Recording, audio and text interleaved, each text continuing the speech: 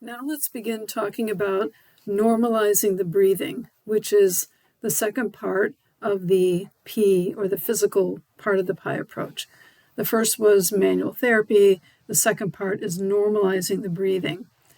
What we're really doing here is just restoring the body's natural way to breathe. We're just trying to, it's like on your car you have a tripometer. It's like we're trying to just press the reset button so it goes back to 000. So the breathing has been off so much with these patients, and sometimes for a long time. It's like hitting the reset button on the tripometer of your car. I use principles of Buteyko breathing with this since most of my EILO patients are hyperventilating. So it's not specific Buteyko breathing techniques, but it's the overall theme of normalizing the breathing is just, helping the body to learn how to breathe in line with what it can metabolize for the task at hand.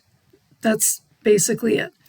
These are the key elements of the P.I.E approach. I feel that all of these help build the patient's confidence so that they can trust their bodies again. From a biochemistry standpoint, they won't be breathing in excess of what their body can metabolize.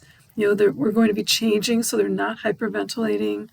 We're going to be reducing the chances of trigger or stress on their body. So again, we're coming at it from a preventative standpoint, so they don't need to be rescued, that they're breathing in line with what their body wants to be doing, and therefore the vocal folds stay open.